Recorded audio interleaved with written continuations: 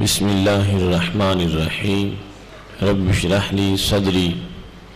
ویسر لی امری واحلل عقدۃ من لسانی یفقہوا قولی نحمدہ ونصلی ونسلم علی رسولہ الکریم اما بعد فاعوذ باللہ من الشیطان الرجیم بسم اللہ الرحمن الرحیم یا ایہا الذین آمنوا اتقوا اللہ ولتنظر نفس ما قدمت لغد واتقوا اللہ ان اللہ خبیر بما تعملون صدق اللہ العظیم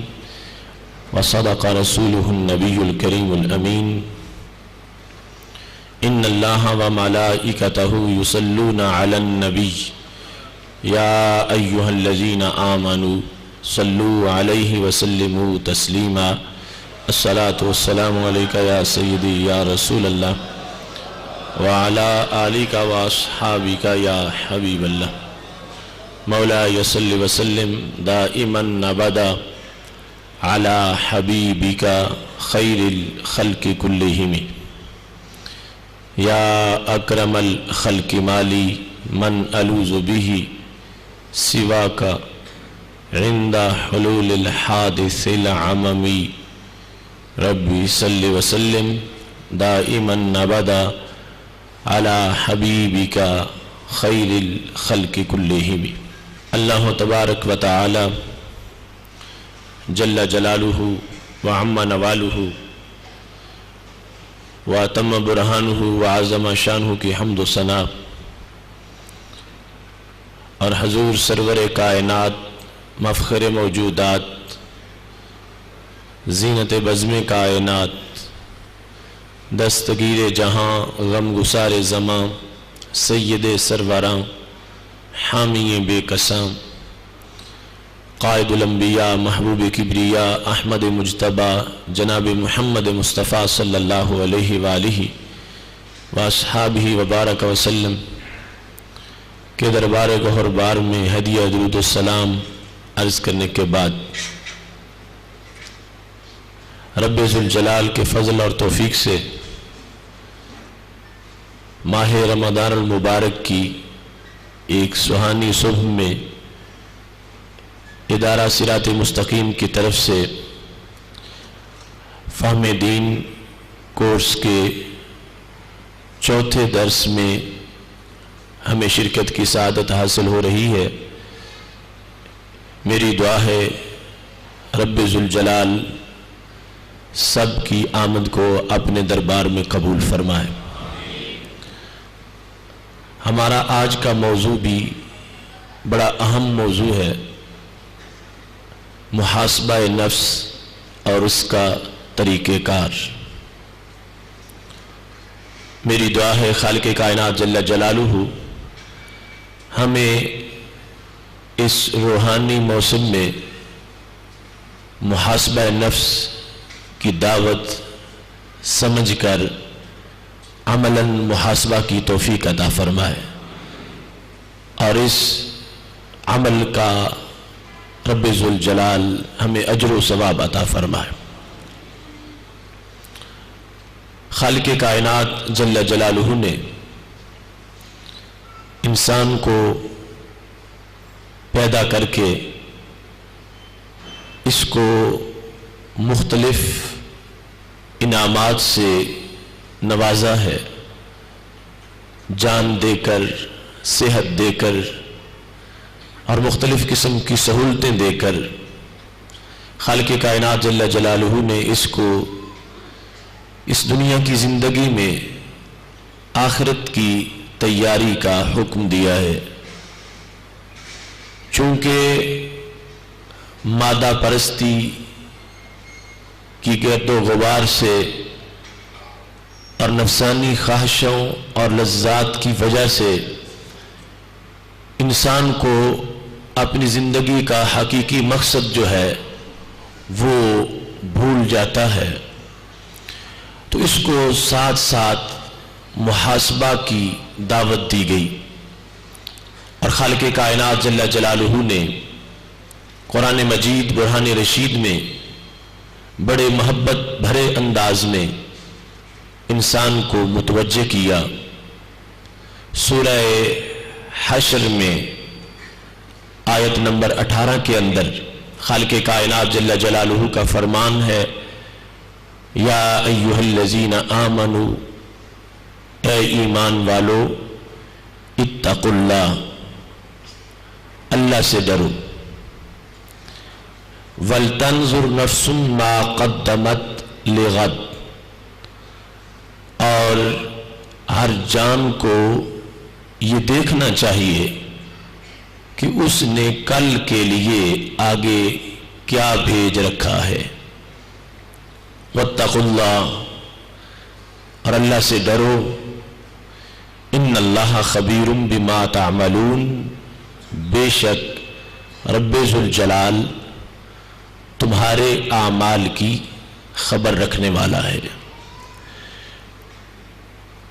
پہلے حصے میں رب ذوالجلال نے ایمان والوں کو خطاب کرتے ہوئے ڈرنے کا حکم دیا، یا ایھا الذین آمنوا، او بلیورز، اتقوا اللہ، فیئر اللہ، وَلْتَنْظُرْ نَفْسٌ مَا قَدَّمَتْ، let every soul that it should see what it has offered for tomorrow, and God is seeing what you are doing. اتقوا اللہ وَلْتَنْظُرْ نَفْسٌ مَا قَدَّمَتْ، every soul should see that what it has sent for tomorrow. ما قدمت، جو اس نے بھیجا، لغد، کل کے لیے۔ قرآن مجید کی اس آیت سے پتہ چل رہا ہے کہ دنیا اور آخرت دو ہی چیزیں ہیں۔ دنیا کو آج سے تعبیر کیا جا رہا ہے اور آخرت کو کل سے تعبیر کیا جا رہا ہے۔ گویا کہ دو دن پورا خلاصہ ہے، آج کا دن دنیا ہے اور کل کا دن آخرت ہے۔ اور خالق کائنات جل جلالہ نے محاسبہ کا پیغام دیا، وَلْتَنْظُرْ نَفْس، ہر جان کو یہ سوچنا چاہیے کہ اس نے کل کے لیے اپنے رب کی طرف کس عمل کو مقدم کیا اور کسے بھیجا ہے۔ اور ساتھ خالق کائنات جل جلالہ نے اس بات پر بھی لوگوں کو متنبہ کر دیا کہ جو کچھ بھی تم کرتے ہو وہ مجھ سے پوشیدہ نہیں، میں اس کو جاننے والا ہوں۔ اور آیت کریمہ میں رب ذوالجلال نے 2 بار ڈرنے کا حکم دیا، یا ایھا الذین آمنوا اتقوا اللہ، اس میں بھی ڈرنے کا حکم ہے، وَلْتَنْظُرْ نَفْسٌ مَا قَدَّمَتْ لِغَدٍ وَاتَّقُوا اللَّهَ۔ تو 2 بار ڈرنے کا حکم دے کر محاسبہ کے مضمون کو خالق کائنات جل جلالہ نے مؤکد بنا کر پیش فرما دیا۔ یا یوں بھی ہو سکتا ہے کہ ایک ہے اللہ کے اوامر کی ادائیگی، جو اس نے ہم پہ فرض کیا اس کو بجا لانا، اور دوسرا ہے اس کے نواہی سے اجتناب کرنا، جن باتوں سے اس نے منع کیا ان سے دور رہنا۔ تو دونوں میں ہی ڈرنے کی ضرورت ہے۔ پہلے اتقوا اللہ کا تعلق ہے فرائض کی ادائیگی کے ساتھ، کہ فرائض ادا کرو مجھ سے ڈرتے ہوئے، اور دوسری کا مطلب یہ ہے کہ جن چیزوں کو میں نے تم پہ حرام کیا ان سے بچتے رہو مجھ سے ڈرتے ہوئے۔ تو خالق کائنات جل جلالہ نے بڑے ہی جامع اور خوبصورت انداز میں انسان کو محاسبہ کا پیغام دیا کہ ہر وقت یہ سوچتے رہو کہ تم نے کل کے لیے کتنا پیش کر دیا ہے، کتنا بھی باقی ہے، اور جو پیش کیا وہ کیا اس لائق ہے کہ اس کو لے کے تم اللہ کے دربار میں کھڑے ہو سکو۔ کہیں ایسا تو نہیں کہ ندامت سے ساری نہ اٹھا سکو کہ جو عمل ہے وہ اتنا کبھی ہے، اتنا گندا ہے کہ جس کی وجہ سے اس کو ساتھ لے کے رب کے دربار میں کھڑا ہونا ہی بڑا مشکل ہو جائے۔ اس واسطے اس سے ڈرو اور آج محاسبہ کرو کہ ہم رب کے دربار میں جو کچھ لے کے کھڑے ہوں گے وہ ایسا ہونا چاہیے کہ ہم اس لائق تو ہوں کہ وہاں ہم حاضر ہو سکیں، کہیں ان اعمال کی ندامت کی وجہ سے ایسا نہ ہو کہ ہم اپنا سر جھکائے ہوئے اس انداز میں اپنے آپ کو کبھی لہجے کے اندر سمجھے اور کبھی صورت کے اندر سمجھے کہ جس کی وجہ سے قیامت کے دن اللہ کے دربار کے اندر کھڑا ہونا ہی ہمارے لیے مشکل ہو جائے۔ خالق کائنات جل جلالہ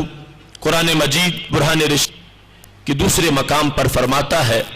سورہ الحاقہ کی آیت نمبر 18 ہے، یومئذ تعرضون لا تخفی منکم خافیہ، کہ جس دن تم سب کو اللہ کے دربار میں پیش کیا جائے گا، کوئی جان بھی اس دن چھپ نہیں سکے گی۔ کہ کسی کو یہ غلط فہمی ہو کہ باقی سب تو پیش ہو جائیں گے اور ان کا نامہ اعمال سامنے ہوگا اور پوری کائنات کی آنکھیں لگی ہوئی ہوں گی اور اس کے دن رات کے معاملے ان کے دفتر کھولے جا رہے ہوں گے اور میں ایسے میں چھپ جاؤں گا۔ خالق کائنات فرماتا ہے ہرگز ایسا نہیں ہوگا،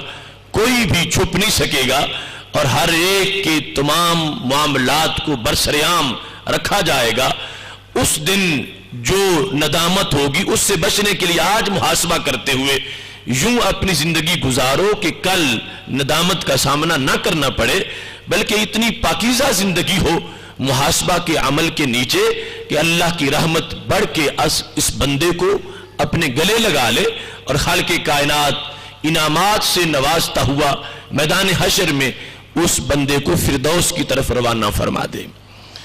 رب ذوالجلال کا سورہ غاشیہ کے اندر آیت نمبر 25 اور 26 میں یہ فرمان ہے، ان الینا ایابہم ثم ان علینا حسابہم، ہماری طرف ہی سب نے لوٹنا ہے اور ہم نے سب کا حساب کرنا ہے۔ تو اس حساب سے پہلے ہمیں آج سوچنا چاہیے کہ ہم خود اپنا حساب کرتے رہیں۔ ایک تو ہم عادی ہو چکے ہوں گے حساب کے، اپنی ذات کا حساب، ذات کی مصروفیات کا حساب، اپنے معمولات کا حساب، یہ جب ہم خود کرتے رہے ہوں گے تو عادی ہوں گے، وہاں آسانی پیدا ہو جائے گی۔ اور دوسرا روزانہ کا محاسبہ جو ہے اس کی وجہ سے ہمارے لیے ایسی صورتحال بن جائے گی کہ غلطیاں بہت کم رہ جائیں گی، نیکیاں بہت زیادہ ہوں گی۔ تو خالق کائنات جل جلالہ کے دربار میں جب حساب ہو رہا ہوگا تو رب ذوالجلال اپنے فضل و کرم سے اپنے اس بندے کو نواز رہا ہوگا۔ قرآن مجید برہان رشید نے محاسبہ کی اس دعوت کو اتنے خوبصورت طریقے سے بیان کیا ہے کہ رسول اکرم نور مجسم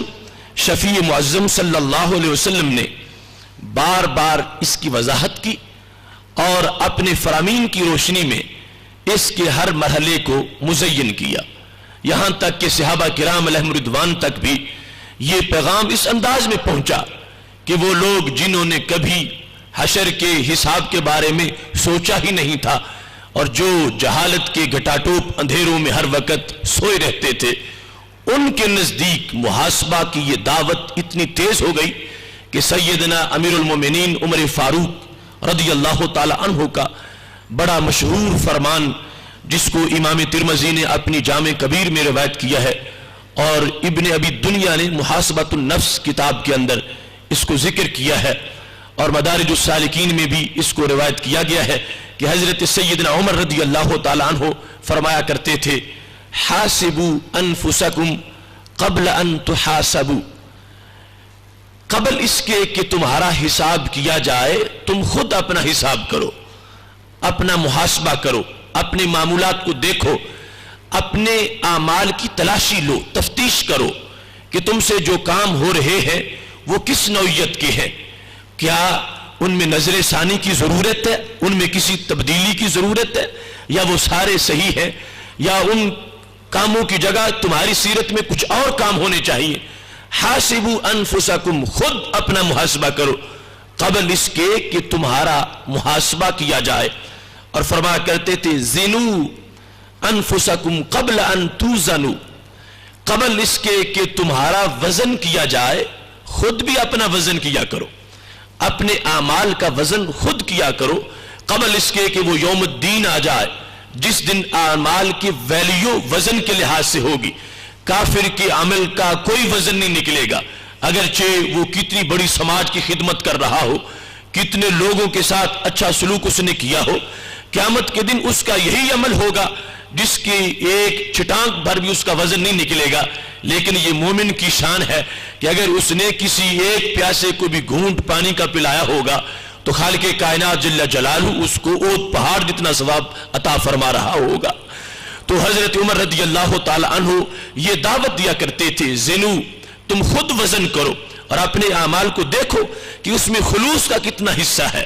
اللہ کی رضا کا کتنا حصہ ہے، اور اس میں ریا کی کتنی ملاوٹ ہے، اور اس میں لوگوں کی چاہت جو ہے اور لوگوں کا لحاظ سے دکھلاوا جو ہے وہ کتنا شامل ہو چکا ہے. خود اپنے اعمال کا تم وزن کرو قبل اس کے کہ رب ذوالجلال کی طرف سے ترازو رکھا جائے اور وزن کیا جائے. اور فرمایا کرتے تھے وَتَزَيَّنُوا لِلْعَرْضِ الْأَكْبَرِ، اس نمائش کے لیے بھی اور اس پیشگی کے لیے بھی زینت حاصل کرو اور تیاری کرو جو سب سے بڑی پیشگی ہے اور جو سب سے بڑی نمائش ہے. یعنی آج انسان چھوٹے سے فنکشن میں جاتا ہے، اس سے پہلے تیاری کرتا ہے کہ میرا بدن صاف ہو، میرے چہرے پہ کوئی داغ نہ ہو، میرے ہاتھ گندے نہ ہوں،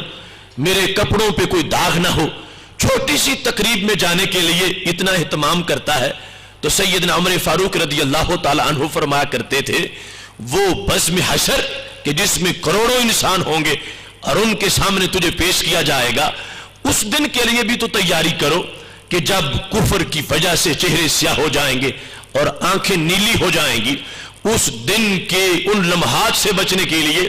آج بندے کو محاسبہ کرنا چاہیے اور تیاری کرنی چاہیے تاکہ اس ارض اکبر کے دن بھی خالق کائنات جل جلالہ اس کو وہ مقام عطا فرمائے کہ جس کی وجہ سے حشر میں بھی اس کی تحسین ہو رہی ہو، لوگ دیکھیں اور چہرے کی نورانیت کو دیکھ کر اش اش کر اٹھے اور پوچھے کیا کہ اللہ کے نبی کا چہرہ ہے یا یہ زمانے کے غوث کا چہرہ ہے؟ یہ کون انسان ہے کہ جس کے چہرے پر اس قدر نور کی بارش ہو رہی ہے؟ تو یہ ارض اکبر کے لیے آج اپنے آپ کو تیار کرنا،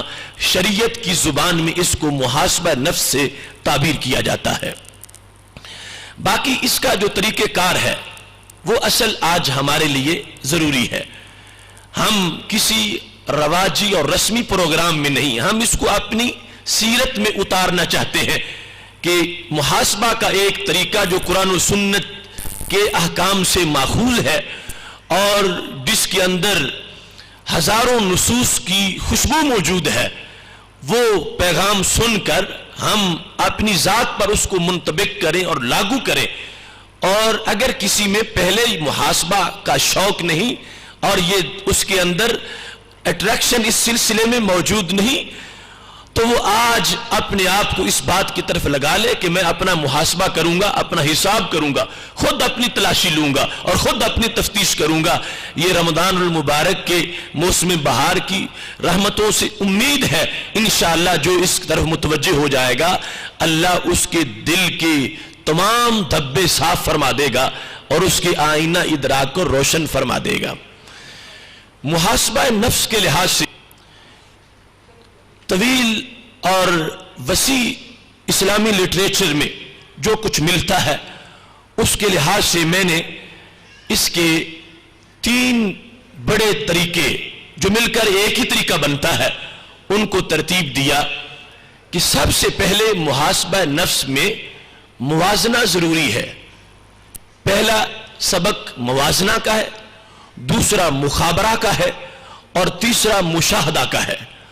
یہ تینوں چیزیں مل جائیں گی تو محاسبہ مکمل ہو جائے گا. موازنہ کا مطلب کیا ہے کہ انسان 3 کام کرے، ان تینوں کاموں کے مجموعے کو موازنہ کہا جائے گا. پہلا کیا ہے کہ وہ یہ موازنہ کرے کہ مجھ پر میرے رب کے انعامات کتنے ہیں اور میری طرف سے میرے رب کی بندگی کس طرح کی ہے. یہ کمپیریٹیو سٹڈی اس بات کی کرے کہ میرا رب مجھ پہ کتنی نعمتیں برسا رہا ہے، ہر دن میں کیا، ہر گھنٹے میں کیا، ہر منٹ کا ہی حساب ہم سے نہیں ہو سکے گا. محاسبہ نفس کا جو سب سے پہلا سبق ہے وہ ہے موازنہ اس بات کا کہ انسان یہ تقابل کرے کہ آج کے دن مجھ پر میرے رب کے انعامات کتنے ہوئے اور آج کے دن میں نے اپنے رب کی بندگی کتنی کی. ان دو چیزوں کو سامنے رکھے، خالق کائنات جل جلالہ کی طرف سے انعامات کو اور اپنی طرف سے بندگی کو، کہ ادھر سے مجھے دیا کیا جا رہا ہے اور ادھر سے میں پیش کیا کر رہا ہوں. ان دو چیزوں کو،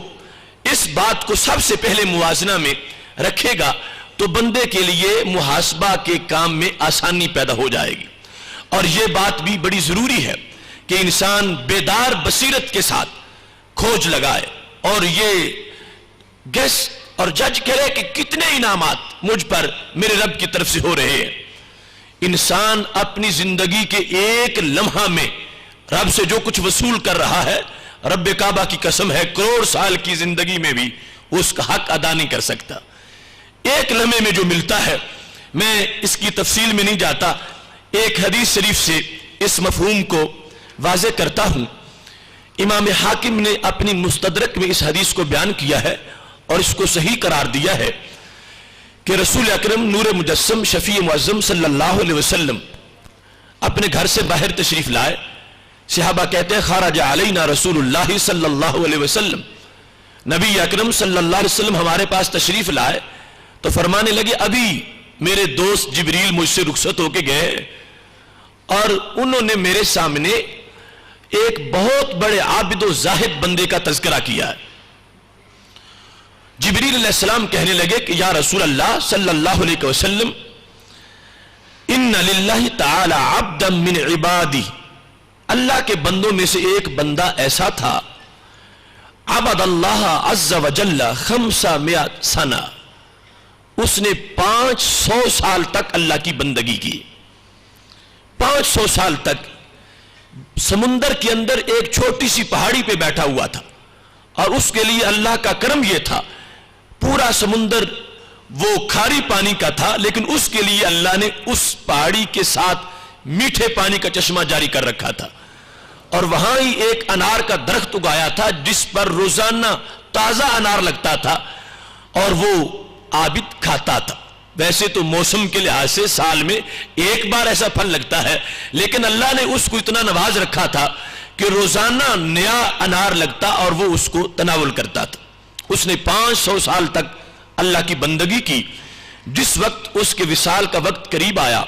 تو اس نے اپنی ایک عجیب چاہت کا اظہار کیا. سأل ربہ عند وقت الاجل، موت کے وقت اس نے اللہ سے یہ سوال کیا ان یقبضہ ساجدا، اے اللہ زندگی بھر جو میں نے تجھ کو سجدہ کیا تو مجھے اتنی لذت ملی ہے، میں چاہتا ہوں کہ میری روح بھی اسی حالت میں نکلے، جب میرا سر سجدے میں ہو تو میری روح نکل جائے. اس واسطے کہ میں چاہتا ہوں جس طرح میں دنیا سے جاؤں ایسے ہی اٹھوں، تو وہ عمل کرتے ہوئے جو انسان جاتا ہے وہی کرتے ہوئے اٹھتا ہے. تو میں چاہتا ہوں میرا سر سجدے میں ہو، روح نکل جائے اور کل قیامت کے دن لوگ پتہ نہیں کیسے کیسے اٹھیں گے اور مجھے تو حالت سجدہ میں اٹھنے کا شرف مل جائے گا. تو ایک تو میری یہ چاہت ہے کہ اے اللہ حالت سجدہ میں میری روح نکل جائے، اور دوسری یہ ہے وَأَلَّا يَجْعَلَ لِلْأَرْضِ وَلَا لِشَيْءٍ يُفْسِدُهُ عَلَيْهِ سَبِيلًا، کہ نہ تو زمین میرا جسم کھائے اور نہ ہی کوئی اور چیز میرے جسم کو خراب کر سکے. میرا جسم نہ گلنے پائے، نہ سڑنے پائے، نہ پھٹنے پائے. جس طرح میں سجدے میں سر رکھوں قیامت تک ایسے ہی رہوں، میرے جسم پر کسی چیز کا حملہ نہ ہو سکے، میرا جسم سلامت رہے اور اسی انداز میں مرنے کے بعد بھی میرا سر سجدے میں رہے. یہ دو چیزیں اس نے اللہ سے مانگ لی. حضرت جبریل علیہ السلام کہتے ہیں اللہ نے اس کی بات کو قبول کر لیا. اس نے سجدے میں سر رکھا ہوا تھا کہ روح نکل گئی، اور جبریل علیہ السلام کہتے ہیں اب بھی ہم جب آسمان سے آتے جاتے ہیں اسی جزیرہ سے گزر کے آتے ہیں، اب تک اس کا بدن سلامت ہے. اور ایسے ہی اس نے سر سجدے میں رکھا ہوا ہے. رسول اکرم صلی اللہ علیہ وسلم سے عرض کرنے لگے یا رسول اللہ صلی اللہ علیہ وسلم جب قیامت کا دن ہوگا، وہ بندہ جب اٹھے گا، حشر بپا ہوگا، تو خالق کائنات جل جلالہ بڑی خوشی سے فرمائے گا، فرشتوں سے یہ کہے گا ادخلوا عبدی الجنہ،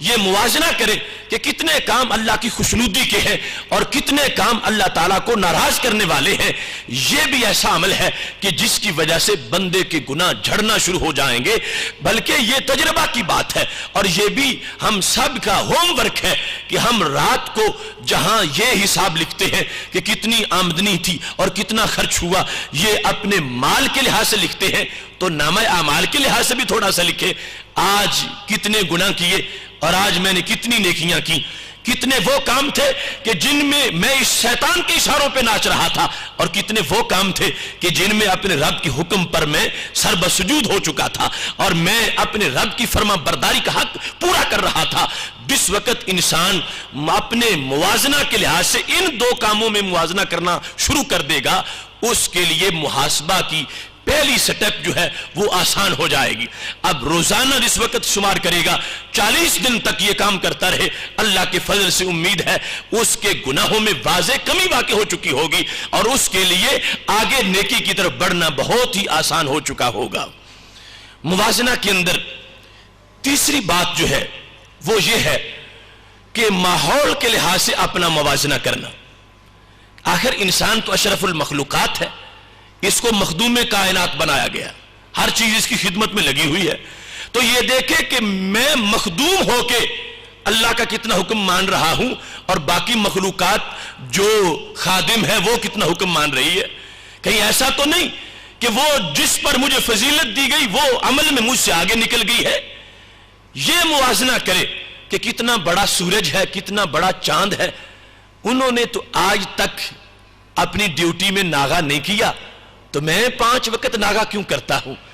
وہ وقت پر آتے ہیں، وقت پر جاتے ہیں، وہ تو لیٹ نہیں ہوتے، تو آخر میں ہی نماز میں لیٹ کیوں ہوتا ہوں؟ میں ہی اللہ کے دربار سے غیر حاضر کیوں ہو جاتا ہوں؟ خالق کائنات کا قرآن بول رہا ہے لَلشَّمْسُ يَنبَغِي لَهَا أَن تُدْرِكَ الْقَمَرَ وَلَا اللَّيْلُ سَابِقُ النَّهَارِ كُلٌّ فِي فَلَكٍ يَسْبَحُونَ. یہ نغمہ جبریل ہے اور ہماری روح کی غذا ہے. خالق کائنات فرماتا ہے کبھی ایسا نہیں ہوتا لَلشَّمْسُ يَنبَغِي لَهَا أَن تُدْرِكَ الْقَمَرَ کہ سورج چاند کو پکڑ لے یا چاند سورج کو پکڑ لے، یعنی سورج چاند کا راستہ روک کے بیٹھ جائے اور چاند سورج کا راستہ روک کے بیٹھ جائے. ایسا نہیں ہوتا. کل فی فلک یسبحون، اپنے اپنے حصے میں رہتے ہیں.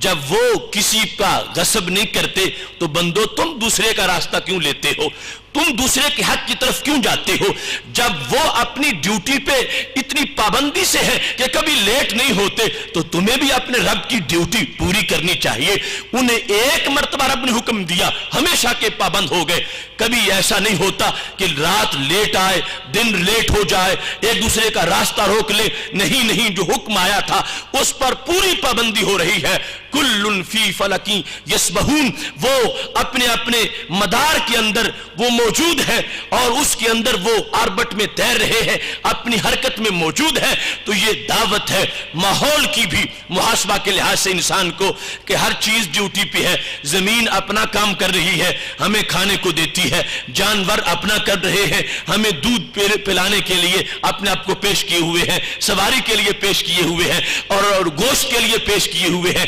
پوری کائنات جو ہے اس نے خدمت کا حق ادا کیا ہے اور وہ اللہ کی لگائی ہوئی ڈیوٹی پر جو اللہ نے ان پر لازم کر دی ہے. ہر چیز جب پابندی کر رہی ہے تو بندے کو یہ موازنہ کرنا چاہیے کہ اگر میرے دائیں طرف جو درخت ہے اس نے پابندی کی تو میں نے کتنی کی. یہ زمین جو ہے اگر یہ پابند ہے تو میں کتنا پابند ہوں. آسمان پابند ہے تو میں کتنا پابند ہوں. یہ پورے ماحول کو دیکھ کر بندہ اپنا موازنہ کرے. یہ تیسری قسم تھی موازنہ کی جس کی وجہ سے محاسبہ کا پہلا مرحلہ انشاءاللہ مکمل ہو جائے گا. اس کے بعد دوسرا حصہ وہ ہے مخابرہ. مخابرہ یہ جدید عربی کی اصطلاح ہے. یہ کہتے ہیں جاسوسی کو. مخابرات کا پورا شعبہ ہوتا ہے. تو مخابرہ موازنہ کے بعد محاسبہ، اپنا محاسبہ کرنے کا طریقہ کار کیا ہے؟ سب سے پہلے 3 قسم کا موازنہ کیا جائے اور اس کے بعد مخابرہ سے اپنے آپ کو محتاط رکھا جائے اور مخابرہ کے معاملے میں اپنے آپ کو بیدار رکھا جائے. آدمی اس بارے میں گھبراتا ہے کہ میں یہ کام کر رہا ہوں کہیں میری جاسوسی نہ ہو جائے اور کہیں اس پر کوئی اور مطلع نہ ہو جائے. خالق کائنات جل جلالہ نے بندے کو محاسبہ کی طرف مائل کرنے کے لیے اس کو ایک نظام مخابرہ بھی دیا ہے کہ بندے تو گناہ کرے گا تو کس سے چھپ کے کرے گا اور کس زمین پہ کرے گا. کہ اس زمین کے علاوہ کوئی زمین بھی ہے جہاں تو بیٹھ جائے اور تو چھپ سکے؟ لا تأخذہ سنۃ ولا نوم، جس ذات کو نیند ہی نہیں آتی اور اونگ ہی نہیں آتی اس سے تو چھپ کیسے سکے گا؟ اور تو گناہ کرے گا تو کس جگہ پہ کرے گا؟ یہ زمین بھی تو کمپیوٹر ہے اللہ کا، اس میں فیڈ ہو رہا ہے کہ جو قدم اس پہ رکھا گیا تھا وہ قدم چوری کرنے کے لیے اٹھایا گیا تھا یا وہ قدم نماز پڑھنے کے لیے اٹھایا گیا تھا. ہر قدم جب رکھا جاتا ہے زمین اس کی گواہ بنتی ہے اور اس کے بارے میں وہ قیامت کے دن رپورٹ دینے والی ہے. تو یہ مخابرہ ایسی چیز ہے جب انسان اس کے بارے میں پوری طرح بیدار مغز ہو جائے تو اس کے لیے محاسبہ کا دوسرا مرحلہ بھی آسان ہو جاتا ہے. صحیح مسلم شریف میں حدیث شریف ہے کہ رسول اکرم نور مجسم شفیع معظم صلی اللہ علیہ وآلہ وسلم نے اپنے صحابہ کرام علیہم رضوان کو اس سلسلہ میں متوجہ کیا، بلکہ مخابرہ کی حیثیت کو واضح کرتے ہوئے آپ نے قرآن مجید کی اس آیت کی تفسیر کی، یومئذ تحدث اخبارہا. سورہ زلزال کے اندر جو آیا ہے کہ قیامت کا دن وہ دن ہے کہ جس دن زمین اپنی خبریں بیان کر دے گی. اس کی تفسیر کرتے ہوئے رسول اکرم صلی اللہ علیہ وسلم نے جب یہ آیت پڑھی، ابن حبان نے اپنی صحیح میں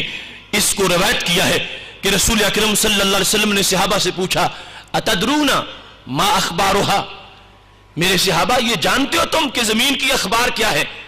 جو قرآن کہہ رہا ہے کہ تحدث اخبارها، کہ زمین اس دن اپنی خبریں شائع کر دے گی، اپنی خبریں اس دن وہ عام کر دے گی. وہ کیا خبریں ہیں زمین کی؟ صحابہ تم جانتے ہو؟ صحابہ کرام علیہم رضوان نے کمال ادب سے یہ کہا، اللہ ورسولہ عالم، اللہ تعالیٰ جانتا ہے، اللہ خوب جانتا ہے اور اللہ تعالیٰ کے رسول علیہ السلام خوب جانتے ہیں. اللہ ورسولہ عالم، ہمیں پتہ نہیں کہ زمین کی اخبار کیا ہوگی. تو میرے محبوب علیہ السلام نے یہ فرما دیا، ان اخبارہا ان تشہد علی کل عبد بما عمل علی ظہرہا، کہ زمین کی خبریں یہ ہیں کہ زمین ہر بندے کے بارے میں جو زمین پر آباد ہے قیامت کے دن اس کے عمل کی خبر دے گی. ہر بندہ، جتنے بھی لوگ آباد ہیں، خواہ وہ کسی ملک میں رہتے ہیں کسی خطہ میں رہتے ہیں، آخر رہتے تو زمین کے اوپر ہے. اللہ نے یہ پورا نظام نیچے بچھایا ہوا ہے. زمین قیامت کے دن ہر بندے کے بارے میں خبر دے گی. انداز کیا ہوگا؟ رسول اکرم صلی اللہ علیہ وسلم فرماتے ہیں، عمل قضا و قضا فی یوم قضا و قضا. زمین کہے گی، اے اللہ اس بندے نے فلاں دن فلاں کام کیا تھا، اس نے فلاں دن فلاں کام کیا تھا اور فلاں نے فلاں دن فلاں کام کیا تھا. تاریخ بھی بتائے گی، وقت بھی بتائے گی، کام بھی بتائے گی. تو خالق کائنات جل جلالہ نے قرآن مجید میں اس آیت کو نازل کر کے بندے کو محاسبہ کی طرف متوجہ کیا، مخابرہ کے لحاظ سے بھی، کہ تو جہاں بھی چھپے گا آخر وہ زمین کا کوئی حصہ ہوگا، یا خود یا زمین پر جو چیز رکھی گئی ہے وہ ہوگی. اور ہر چیز زمین میں، زمین کے اوپر جو ہے اس کو سب وہ نوٹ کر رہی ہے اور وہ بتائے گی. جہاں بھی چھپ کے جائے گا، جدھر بھی چھپے گا، وہ زمین بیان کرے گی. جب اتنا بڑا جاسوس اے بندے تیرے پیچھے لگا ہوا ہے تو اس جاسوس سے اپنے آپ کو بچا لے. اس جاسوس نے تو کوئی بات بھی نہیں چھوڑنی. تو اپنا آج فکر کر، آج محاسبہ کر، آج سوچ کے قدم رکھ. چھپتا ہے تو سوچ کے چھپ کہ زمین پہ ہی چھپ رہا ہے. ایک تو اللہ خود دیکھ رہا ہے لیکن اس نے پھر نظام عدل بنا رکھا ہے. چلو بندے میں خود بیان نہیں کرتا، میری زمین بیان کر دے گی. ما یلفظ من قول الا لدیہ رقیب عتید. ہم نے فرشتے بھی ساتھ رکھے ہوئے ہیں، جو تم لفظ بولتے ہو زبان سے نکلتا جاتا ہے وہ فوراً لکھ لیتے ہیں. جہاں بھی ہوتے ہو وہ فوراً لکھتے ہیں. یہ رپورٹر بھی ساتھ ہے، نظر نہیں آتے مگر وہ بھی لکھ رہے ہیں. زمین کے بارے میں ہمیں پتہ ہی نہیں چلتا کہ ہم نے جو برائی کی وہ زمین بھی نوٹ کر رہی ہے. اللہ نے مخابرہ کے اس نظام پر مطلع کر دیا کہ وہ بھی جاسوسی کر رہی ہے. بلکہ اس سے زیادہ خود بندے کا بدن بندے کے خلاف جاسوسی کر رہا ہے، اور قیامت کے دن ہر گناہ کے بارے میں یہ گواہ بن جائے گا اللہ کے دربار میں۔ تو آج پھر بندے کو ان ساری چیزوں کو سامنے رکھتے ہوئے اپنا محاسبہ کرنا چاہیے کہ یہ تو ہر چیز میری جاسوس ہے، یہ اتنا میرا پیارا ہاتھ جس کو میں بچا بچا کے رکھتا ہوں، اور تھوڑا سا زخم ہو جائے تو اس کی پٹی کرتا رہتا ہوں، یہ میرے پیارے قدم یہ تو میرے خلاف جاسوس ہے، اگر میں اللہ کا نہیں بنوں گا تو یہ میرے کیسے بنیں گے، یہ میرے خلاف بولیں گے، میرے خلاف گواہی دیں گے۔ یہ وہ چیز ہے جو بندے کو محاسبہ کی طرف مجبور کرتی ہے، اور نتیجہ میں اس کا نامہ اعمال گناہوں سے پاک ہو جاتا ہے۔ رسول اکرم نور مجسم شفیع معظم صلی اللہ علیہ وسلم نے ارشاد فرمایا، صحیح مسلم میں ہے، صحابہ کرام علیہم رضوان کہتے ہیں کننا عند النبی صلی اللہ علیہ وسلم فضحکا، کیا خوبصورت محفل تھی، سیما پاتھی، کیا ان لوگوں کی قسمتیں حصے میں جن کی آئیں وہ مہتاب صحبتیں۔ نبی اکرم صلی اللہ علیہ وسلم بزم میں تشریف فرما ہے اور صحابہ کرام علیہم رضوان کا جمع غفیر ہے، اچانک ہمارے محبوب علیہ السلام نے مسکرانا شروع کر دیا، بظاہر کوئی سبب نہیں تھا مسکراہٹ کا، نہ کسی نے کوئی ایسی بات کی، نہ کسی کا کوئی ایسا عمل سامنے آیا کہ اس پر مسکراہٹ کا اظہار کیا جائے۔ جب رسول اکرم صلی اللہ علیہ وسلم مسکرائے تو کتنا خوبصورت منظر تھا۔ خود پوچھا ہل تدرون بما اضحکو، میرے صحابہ کا تمہیں پتا ہے کہ میں کیوں مسکرا رہا ہوں؟ کیا جانتے ہو کہ مجھے ہنسی کیوں آئی ہے؟ تمہیں پتا ہے کہ مسکراہٹ کس وجہ سے ہے؟ یہ سوال کر کے جب آپ نے پوچھا، صحابہ کہتے ہیں قلنا اللہ ورسولہ عالم، کتنا ادب ہے۔ کہنے لگے ہم یہی پیش کرتے ہیں یا رسول اللہ صلی اللہ علیہ وسلم، آپ کی مسکراہٹ کا سبب آپ کا رب بہتر جانتا ہے اور آپ بہتر جانتے ہیں، آپ خود ہی فرما دیں کہ اس مسکراہٹ کی وجہ کیا ہے اور سبب کیا ہے۔ تو میرے محبوب علیہ الصلوۃ والسلام کے الفاظ کا مطلب یہ تھا، میرے صحابہ میں بیٹھا تو یہاں ہوں مگر تمہیں پتہ نہیں نگاہ کہاں تک پہنچی ہوئی ہے، من مخاطبۃ العبد ربہ، فرمایا آج یہاں بیٹھ کے میں میدان حشر کو دیکھ رہا ہوں، میدان حشر سامنے ہے اور وہاں بندہ جو اپنے رب سے گفتگو کر رہا ہے اس کو سن کے آج جو مستقبل میں ہوگی اس گفتگو کو سن کے مجھے ہنسی آ گئی ہے، اور میں سادے بندے کی گفتگو پر مجھے تعجب آیا ہے کہ اپنے رب سے کیسی سادہ گفتگو کر رہا ہے اور کس انداز میں اپنے رب سے بول رہا ہے۔ بندے کی جو رب سے گفتگو ہے حشر کے دن، مجھے اس کی طرف توجہ سے یہ مسکراہٹ آ گئی۔ صحابہ کرام علیہم رضوان نے پوچھا یا رسول اللہ صلی اللہ علیہ وسلم، پھر ہمیں بھی شریک فرحت فرما دو، ہمیں بھی پتہ چل جائے کہ وہ کیسی گفتگو ہے کہ جس کی وجہ سے آپ کی طبیعت مسرور ہو رہی ہے، ہمیں بھی اس کا حصہ مل جائے۔ تو میرے محبوب علیہ السلام کی آنکھ نے جو دیکھا اور کان نے جو سنا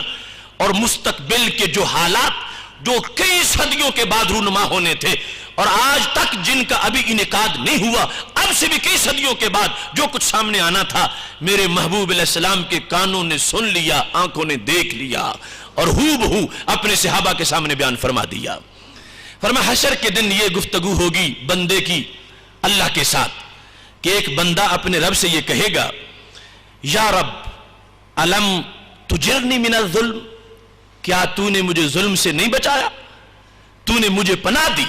اور تو نے مجھے اے اللہ ہر ظلم سے بچایا، تیرا کتنا میرے ساتھ پیار ہے،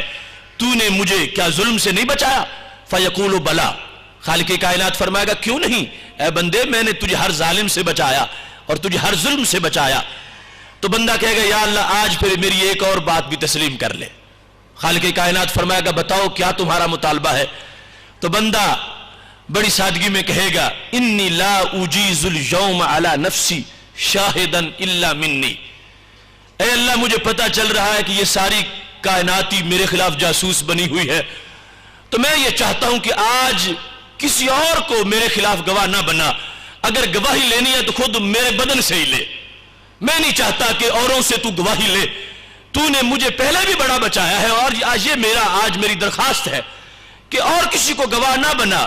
مجھ سے ہی میرا گواہ بنا لے۔ یعنی اس کا یہ خیال ہے کہ اپنا خود ہی میں گواہ بنوں گا تو میں بچ جاؤں گا، اپنے بدن کو گواہ بنا لیتا ہوں، اپنے رب سے باقاعدہ بڑی تڑپ کے بعد یہ مطالبہ کر رہا ہے کہ اے اللہ اور کسی چیز کو میرے لیے گواہ نہ بنا، میرے بارے میں جو کچھ پوچھنا ہے وہ میرے اعضاء سے ہی پوچھ لے۔ اس کو یہ ناز ہے کہ میرے ہاتھ میرے بڑے حامی ہیں اور بڑے معاون ہیں، میری کھال میرے ساتھ بڑا پیار کرے گی اور میرے قدم میرا بڑا لحاظ رکھیں گے۔ اللہ سے درخواست کر رہا ہے کہ کسی اور کو گواہ نہ بنا، میرے ہاتھوں کو میرے بدن کو ہی میرے بارے میں گواہ بنا دے۔ رسول اکرم صلی اللہ علیہ وسلم فرماتے ہیں مجھے اس کی کلام پر تبسم آ گیا ہے کہ کتنا سادہ بندہ خود پھنسنے کی کوشش کر رہا ہے اور اللہ سے پوچھتا ہے کہ اور کسی کو گواہ نہ بنا، اے اللہ میرے اعضاء کو ہی میرے بارے میں گواہ بنا دے۔ جب اس نے بڑی تڑپ سے یہ مطالبہ کیا، حشر میں جو کچھ ہوگا میرے محبوب علیہ السلام فرماتے ہیں میں سن رہا ہوں، اللہ اس کی درخواست کو قبول فرما لے گا۔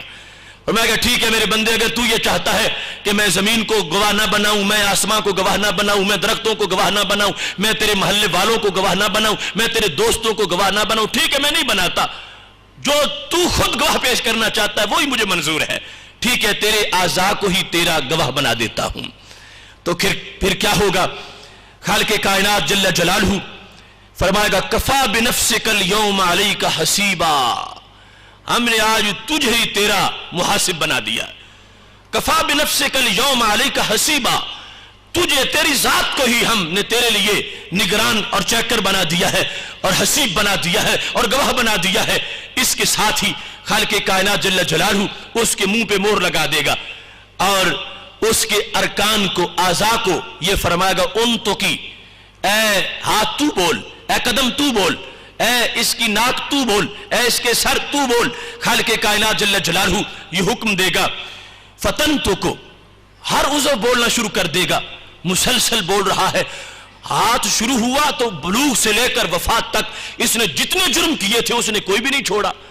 دن کے رات کے حقوق اللہ کے لحاظ سے، حقوق العباد کے لحاظ سے مسلسل ہاتھ بولتے ہی جا رہا ہے۔ قدم جب شروع ہوا تو اس نے کئی دفتر کھول دیے، مسلسل پوری رپورٹنگ اس کے اندر موجود ہے اور وہ شکایتیں لگا رہا ہے، اے اللہ کہ یہ کتنا بد نصیب انسان تھا جس کے قدم تو نے مجھے بنایا تھا، یہ کبھی بھی مجھ سے چل کے خیر کی طرف گیا ہی نہیں، اس نے فلاں دن بھی فلاں بدکاری کے لیے مجھ پہ سفر کیا، فلاں دن فلاں چوری کے لیے مجھ پہ سفر کیا، فلاں دن فلاں ڈاکے کے لیے مجھ پہ سفر کیا، مسلسل اس کے قدم بول رہے ہیں، سارے اعضاء اس کے جب بولتے ہیں تو اب خالق کائنات کچھ وقت اس کو تنہائی میں دے گا کہ وہ اپنے اعضاء کی باتیں خود سنے اور خود ان کو دیکھ کر کوئی نتیجہ نکالے۔ اب اللہ اس کو اپنے دربار سے سائیڈ میں کر دے گا اور مخلوقات سے بھی ایک جانب میں، اب اس کے اعضاء بول رہے ہوں گے اور وہ بندہ سن رہا ہوگا، اور جب یہ سنے گا تو اس وقت کہے گا ان کننا کنت انادل، اے میرے ہاتھ کتنا تو بے وفا نکلا، میں تیرا دفاع کرتے کرتے زندگی گزارتا رہا اور میں تیرے لیے یہ سب کچھ کرتا رہا، اے میرے قدموں تم کتنے بے وفا نکلے ہو، میں تمہیں سنبھالتا رہا، میں جہاد میں نہیں جاتا تھا تمہیں محفوظ رکھنے کے لیے، اور میں اے بدن تیرے آرام کے لیے نماز نہیں پڑھتا تھا، اے میری کھال تو یوں آج میرے ساتھ بے وفائی کر رہی ہے۔ میرے محبوب علیہ السلام فرماتے ہیں یہ گفتگو میرے سامنے ہے، اے صحابہ اس کو دیکھ کر مجھے تبسم آ گیا ہے۔ اب دیکھیے اس مقام پر محاسبہ نفس کے لحاظ سے یہ جو مخابرہ والا پہلو میں دوسرا مرحلہ بیان کر رہا ہوں اس کو دیکھیے، اور قرآن مجید میں اس کو واضح طور پر بیان کیا گیا ہے۔ سورہ یاسین کے اندر خالق کائنات فرماتا الیوم نختم علی افواہہم وتکلمنا ایدیہم وتشہد ارجلہم بما کانوا یکسبون، فرمایا ہم آج یعنی قیامت کے دن منہ پہ مور لگا دیں گے، اور کیا ہوگا؟ فرمایا تکلمنا ایدیہم، ہم سے بندے کے ہاتھ باتیں کریں گے، وارجلہم ان کے قدم باتیں کریں گے، کس معاملے میں؟ بما کانوا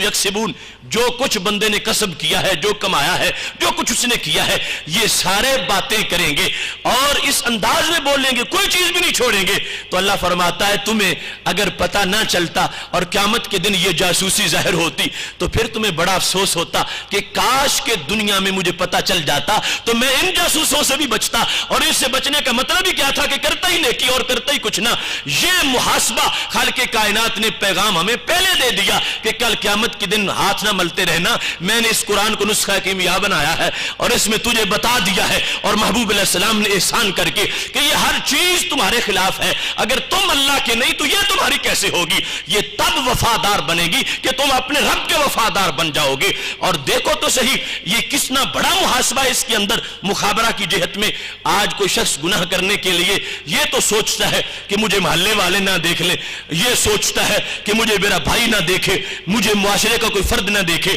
لیکن کوئی ایسا ہوا کہ جس نے گناہ سے چھپانے کے لیے اپنے آپ کو ہاتھوں کو اتار دیا ہو کہ ہاتھوں تم ذرا گھر رہو، میں گناہ کر کے آ رہا ہوں، تم ساتھ ہوگے تو تم دیکھ لو گے؟ کوئی ایسا ہے جری بہادر کے جو قدم اتار کے رکھ دے کہ یہ قدم تو میرے خلاف گواہی دیں گے، جاسوس بن جائیں گے اور میں ان کو اتارتا ہوں اور گناہ کر کے آتا ہوں؟ ایسا ممکن ہی نہیں۔ تو پھر بندے کو سوچنا چاہیے، ہر چیز اس سے مطالبہ کر رہی ہے کہ بندے اپنا محاسبہ کر، خود اپنے آپ کو کنٹرول میں کر۔ اور یہ وہ چاہت ہے جو کائنات کی ہر چیز کے اندر موجود ہے، وہ بندے کو ستھرا دیکھنا چاہتی ہے۔ اور بندہ جس وقت اس جاسوسی کے نظام کو دیکھتا ہے تو اس کے اندر یہ تحریک پیدا ہوتی ہے کہ جب ہر طرف رپورٹنگ ہو رہی ہے تو میں ہی بندہ بن جاؤں، میں وہ کام کرتا رہوں کہ قیامت کے دن شجر و حجر میری نیکی کے نعرے لگا رہے ہوں۔ ایسے انداز میں قرآن مجید برہان رشید کا دوسرا حصہ حامیم السجدہ کے اندر آیت نمبر 21 ہے، خالق کائنات جل جلالہ کا فرمان ہے وَقَالُوا لِجُلُودِهِمْ لِمَا شَهِدْتُمْ عَلَيْنَا۔ قیامت کا دن ہوگا تو مجرم اپنے چمڑے کو پکڑ کے کہیں گے تم نے کیوں ہمارے خلاف گواہی دی، تم نے کیوں گواہی دی؟ قالوا، تو ساری کھالیں بولیں گی، چمڑے بولیں گے انطقنا اللہ الذی انطق کل شیء، تمہیں ہم پہ تعجب ہے کہ ہمیں بولنا کیسے آ گیا؟ اے انسان، مجھے اس نے ہی بلایا ہے جس نے ہر ذات کو بلایا ہے،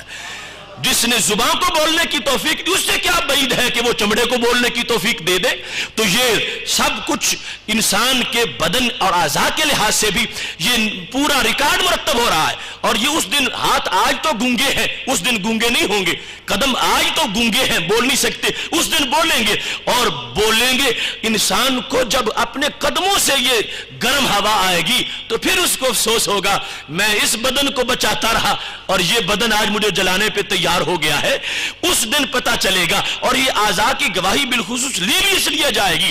ایک وہ ہے جس بندے کے خلاف کوئی دور والا اجنبی گواہی دے، اور دوسرا وہ ہے کہ عدالت میں اس کا بیٹا اس کے خلاف کھڑا ہو جائے۔ اب اس کو بیٹے کی خلاف ورزی پر، جو بیٹا اس کے خلاف آ گیا، اس کو اس گواہی پر جتنا افسوس ہے اتنا اجنبی کی گواہی پر نہیں کہ وہ اس نے میرے خلاف گواہی کیوں دی، بیٹے پر بہت زیادہ افسوس ہے۔ تو خالق کائنات فرماتا ہے ان ہاتھوں کو ہم نے گواہ بنایا تیرے لیے تاکہ بندہ افسوس میں ڈوب جائے، اس کے ندامت ہو کہ میں کس کے لیے سب کچھ کرتا رہا، یہ ہر چیز تو میرے خلاف ہو گئی ہے۔ اور دنیا میں اس کو بتا دیا تاکہ آج محاسبہ کرتے ہوئے ان اعضاء کو نیکیوں سے آباد کر لو، کل قیامت کے دن ہر عضو اپنی اپنی نیکی کا اعلان کر رہا ہوگا۔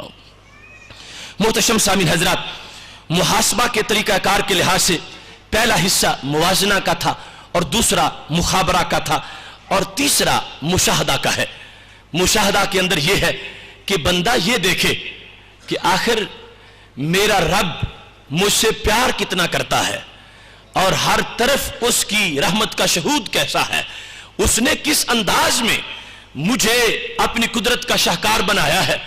اور اس نے اتنی عظمت اور کسی کو نہیں دی جتنی عظمت اس نے مجھے دی ہے۔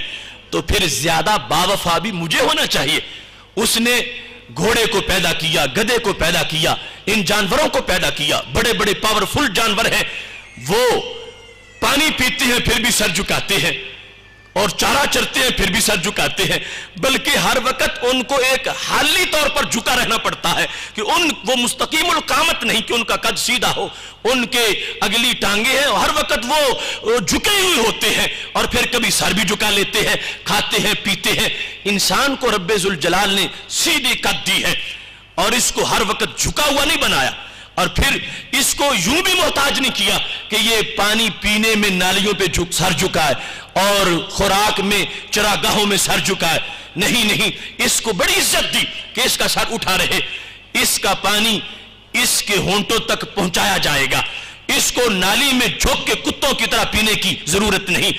اس کے لیے عزت کے ساتھ پیالہ منہ تک جائے گا اور لقمہ بڑی عزت اور ادب کے ساتھ اہتمام کے ساتھ ضیافت اس کے ہونٹوں تک جائے گی۔ خالق کائنات جل جلالہ نے انسان کو یہ دائمی وقار دے کر اس کو متوجہ کیا ہے کہ اے میرے بندے، میں نے تجھے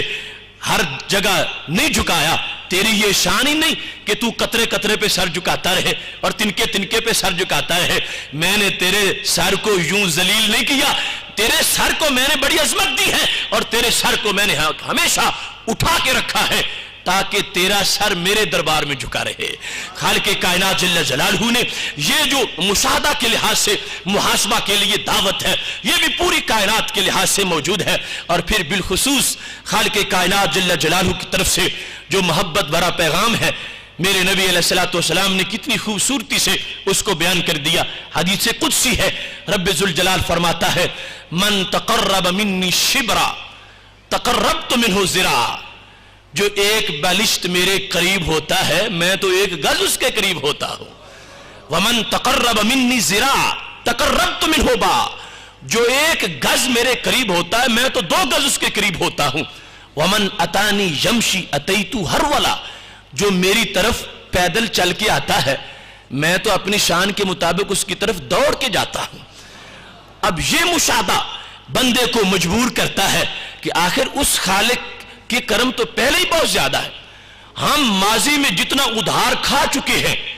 اس کا حق بھی ہم آج سر سجدے میں رکھیں اور موت کے وقت سر اٹھائیں، پھر بھی جو کھا چکے ہیں ہم تو اس کا بدل بھی پورا نہیں کر سکتے، لیکن اس کا کرم کتنا ہے کہ اپنے دربار کی طرف بلاتا ہے تو نئی عظمتیں دے کر اور نئے انعامات دے کر، اور پھر یہ سہارا بھی دے رہا ہے بندے کو کہ ہو سکتا ہے کہ تو گھبرا جائے کہ میں نے 60-70 سال تو سرکشی میں گزار دیے ہیں، اب اللہ کے دربار میں جاؤں تو جاؤں کیسے، میں تو بڑا گندا ہوں اور میں تو ڈوبا ہوا ہوں گناہوں میں۔ میرے اللہ کی رحمت آواز دیتی ہے ٹھیک ہے انسان،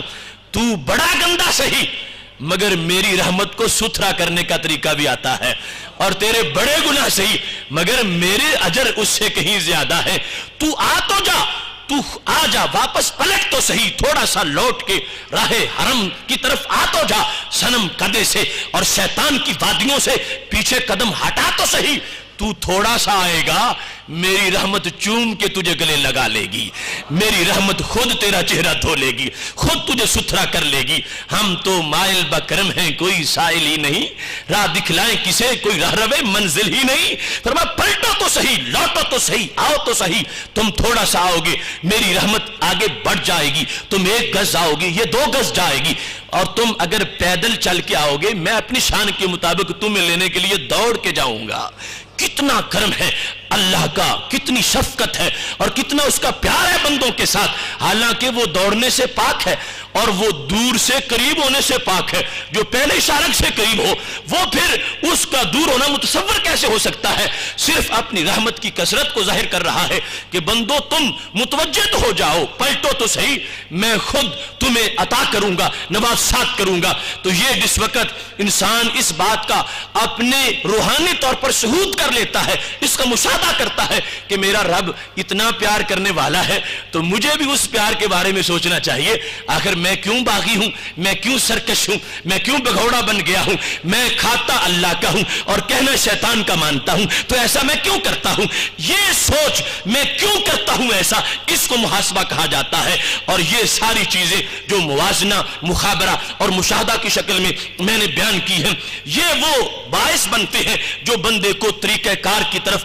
راغب کرتے ہیں، اور یہ طریقہ کار کے مختلف سٹیپ ہیں، اور ان کے اندر بندہ جس وقت اپنے گناہوں کو گنتا ہے، شمار کرتا ہے، یہی اس کا محاسبہ ہے۔ جب گنے گا تو پھر بے حیا نہیں ہوگا، گننے کے بعد اس کے ذہن پر یہ بات مسلط ہو جائے گی کہ اے بندے تو کتنا ظلم کر رہا ہے، اتنے خالق سے تو سرکشی کر رہا ہے جو اتنا کرم والا ہے، جس کے فضل اتنے ہیں، جس کے انعامات اتنے ہیں۔ ان ساری چیزوں کو اپنے ذہن کے اوپر جس وقت ایک بندہ حاوی کر لیتا ہے اور اپنے گناہوں کو سامنے رکھ کر اللہ کی نعمتوں کو بار بار دیکھتا ہے تو اس کے اندر یہ ذوق پیدا ہوتا ہے کہ اب جو ہو چکے ان کی تو معافی مانگ لوں اور آگے راہ ستم میں چلنے سے اجتناب کروں۔ اب ہر قدم میرا راہ حرم کی طرف ہونا چاہیے، یہ صنم قدے کی طرف نہیں ہونا چاہیے۔ اب قدم میرا اللہ کی مسجد کی طرف اٹھنا چاہیے، یہ شراب بڑھانے کی طرف نہیں اٹھنا چاہیے. اب میرے ہاتھ، میرے قدم، میری آنکھیں، میرے کان، یہ سارے گناہوں سے محفوظ رہنے چاہیے اور پاک رہنے چاہیے.